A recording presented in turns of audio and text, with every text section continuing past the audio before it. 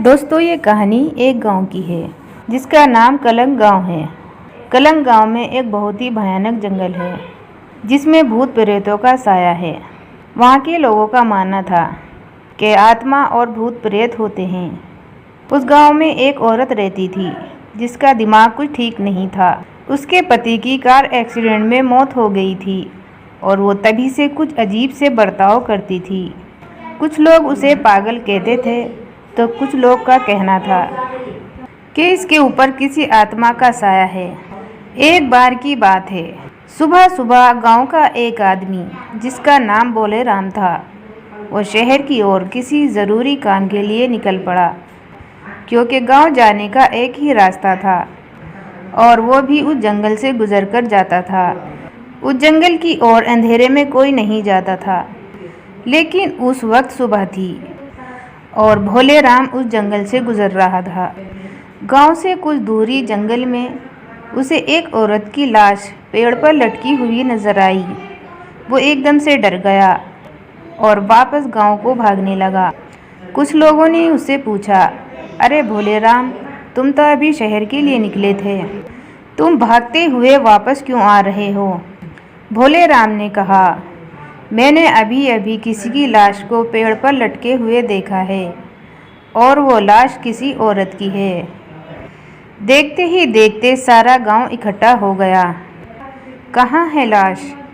चलो देखते हैं। सारा गांव उसे देखने के लिए चल दिया।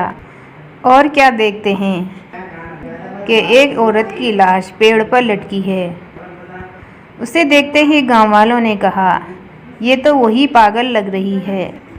कुछ लोगों ने कहा कि इसे नीचे उतार दो और इसका अंतिम संस्कार कर दो, तो कुछ लोगों ने कहा, अरे छोड़ो, इसका है ही कौन जो इसे कांधा देगा। वैसे भी तो इससे सारे गांव वाले परेशान थे। अच्छा हुआ कि इससे पीछा छुड़ गया। लेकिन एक बूढ़े व्यक्ति ने कहा, अरे नहीं, ऐसे नहीं कहते। शरीर का अंतिम संस्कार करना बहुत ज़रूरी होता है, नहीं तो उसकी आत्मा यहीं भटकती रहेगी। कुछ लोगों ने कहा, तो ठीक है ना, जाकर उतार लो और कर दो उसका अंतिम संस्कार। बड़े आए सुझाव देने वाले। वैसे भी इस जंगल में आत्माओं की कमी नहीं है।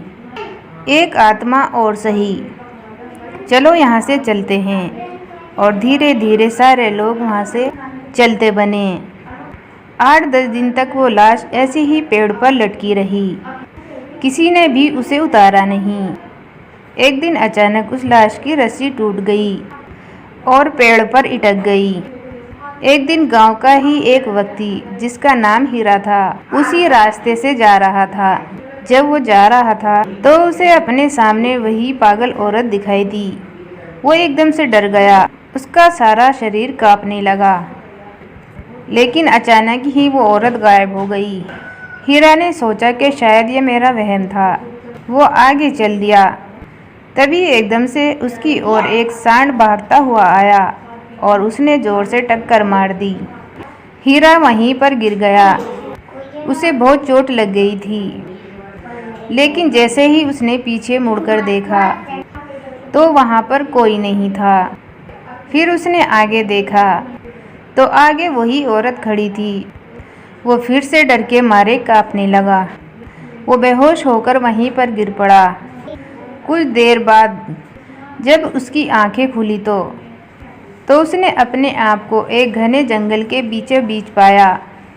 चारों तरफ से बड़ी भयानक आवाज़ें आ रही थी। कहीं पत्तों की खनखन की आवाज़ें तो कहीं जानवरों की आवाज़ें। वो बहुत ज़्यादा डर गया था। उससे भागा भी नहीं जा रहा था। किसी तरह उसने भागने की कोशिश की और वो जंगल से भटकता हुआ बाहर आने लगा।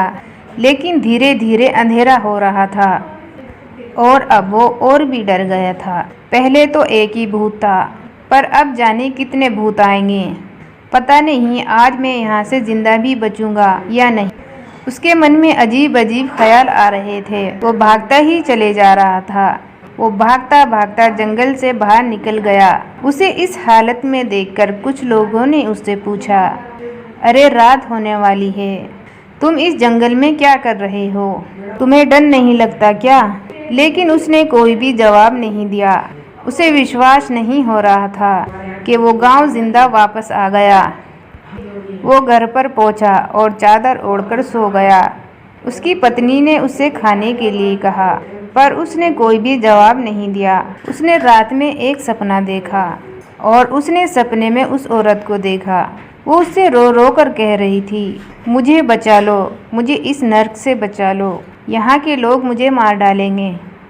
ऐसा सपना देखकर वो उठकर खड़ा हो गया। वो सोच रहा था कि ये सब मेरे साथ क्यों हो रहा है। फिर कुछ देर बाद सुबह हो गई थी। उसकी पत्नी ने उसे उठाया तो हीरा को अपनी पत्नी में उस औरत का चेहरा नजर आने लगा। वो चिल्ला पड़ा, हटो यहाँ से, तुम मेरे पीछे क्यों पड़ी हो? मैंने तुम्हारा क्या बिगाड़ा है? उसकी पत्नी ने पूछा, अरे क्या हुआ? तुम इस तरह क्यों डर रहे हो? शाम से ही तुम बहुत अजीब से लग रहे हो। ना तुमने खाना खाया, तुम्हें आखिर क्या हुआ है? मुझे बताओ। तब हीरा ने उसे सारी बात बता दी।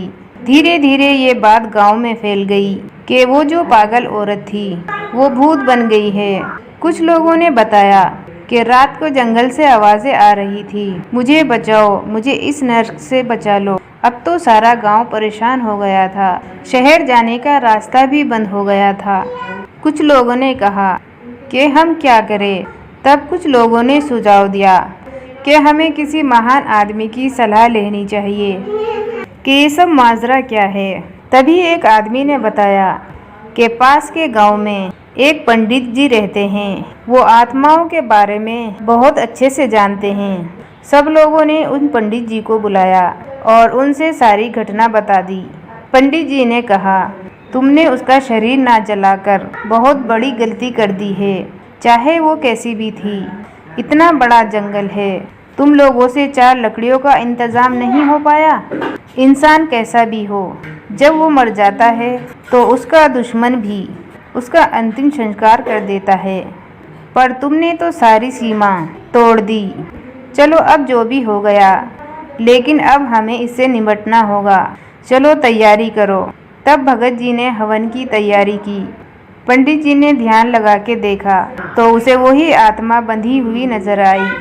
तब भगत जी ने उससे पूछा कि तुम्हें यहाँ किसने बांध कर रखा है? तब उसने कहा कि मुझे यहाँ एक दानव ने बांध रखा है। पहले उसने मुझे मार के पेड़ पर टांग दिया, फिर इन गाँव वालों ने मेरे शरीर का अंतिम संस्कार भी नहीं किया। उसने मेरे शरीर को छुपा कर रखा है और मेरी आत्मा को कैद कर लिया है। जब तक मेरे शरीर का अंतिम संस्कार नहीं होगा, मुझे मुक्ति नहीं मिलेगी। मैंने हीरा को ये बात बतानी चाहिए, लेकिन उससे पहले ही उस वैशी दरिंदे ने उसे चोट पहुंचाकर बेहोश कर दिया था। मैंने किसी तरह उसे बचा तो लिया, लेकिन मैं अपनी बात उसे नहीं बता पाई। पंडित जी सब समझ गए। बोले, तुम चिंता मत करो, मैं तुम्हें मुक्ति दिलवाऊंगा।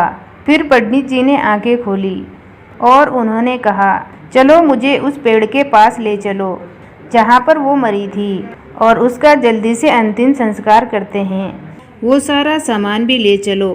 तब सारे गांव वाले सामान लेकर पंडित जी के पीछे पीछे चल दिए और उन्हें वो पेड़ दिखाया। वो पेड़ बहुत घना हो गया था और वहाँ पर कोई भी लाश नहीं दिखाई दे रही थी। हड्डियों का कोई ढांचा भी नहीं दिखाई दे रहा था। तब पंडित जी ने कहा, सारे लोग ढूंढो, हमें ये काम शाम होने से पहले करना है। तब सारे लोग उस पेड़ पे लाश को ढूंढने लगे। बहुत देर तक वो लाश नहीं मिली और सारे लोग सोचने लगे कि आखिर लाश गई तो गई कहाँ। ना तो हड्डियों का पता है, एक भी हड्डी नहीं मिल रही।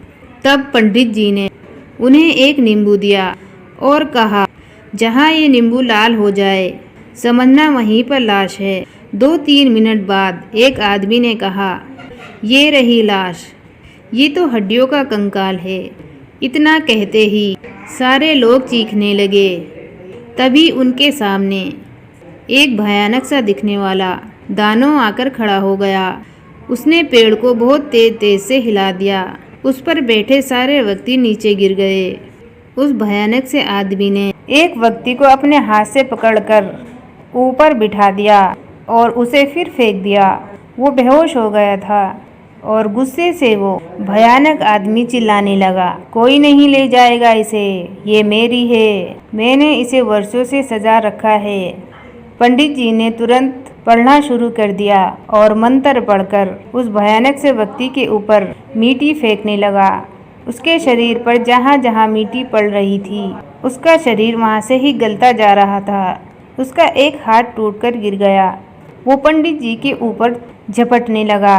पंडित जी उस जगह से हट गए और वो नीचे गिर गया। पंडित जी ने फिर से मंत्र पढ़ना शुरू कर दिया और उसके शरीर पर मारा।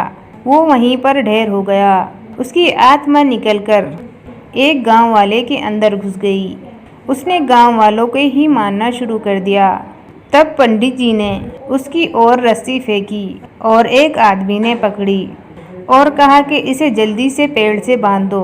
उन सब ने मिलकर उस व्यक्ति को पेड़ से बांध दिया और पंडित जी ने 2-4 मंत्र पढ़ना शुरू कर दिए और उसे शांत किया। सब लोगों से कहा कि शाम होने वाली है, इससे पहले यहाँ और आत्मा आ जाए, पहले इसे नीचे उतारो और उसका अंतिम संस्कार कर दो। फिर कुछ लोगों ने उसे उठाकर लकड़ियों पर लेटा दिया और लकड़ियों में आग लगा दी। वो पेड़ से बंधा हुआ आदमी होश में आ गया और वो चिल्लाया, मत जलाओ इसे। लेकिन देखते ही देखते उन हड्डियों की राख बनने लगी। उसमें से एक ज्वाला उठती हुई बाहर आई, जिसमें उस औरत का चेहरा नजर आ रहा था। उस आत्मा ने पंडित जी का धन्यवाद दिया और कहा कि इसके शरीर को भी जला दो ताकि ये किसी को परेशान न कर पाए। इतना कहते ही एक आग का गोला बना और आकाश में उड़ गया। पंडित जी ने उन सारे लोगों से कहा कि जल्द से जल्द इसे भी जला दो और सारे लोगों ने उसके अंदर आग लगा दी। वो जलता हुआ चिल्ला रहा था, कह रहा था, मुझे मत जलाओ। फिर कुछ ही पल के बाद एक आग का गोला बना और वो आकाश में उड़ गया और तब से ही सारे गांव में खुशहाली आ गई और सब लोग शांति से रहने लगे। दोस्तों, आपको ये कहानी कैसी लगी कमेंट करके ज़रूर बताएं और मेरे चैनल को सब्सक्राइब और लाइक ज़रूर कर देना।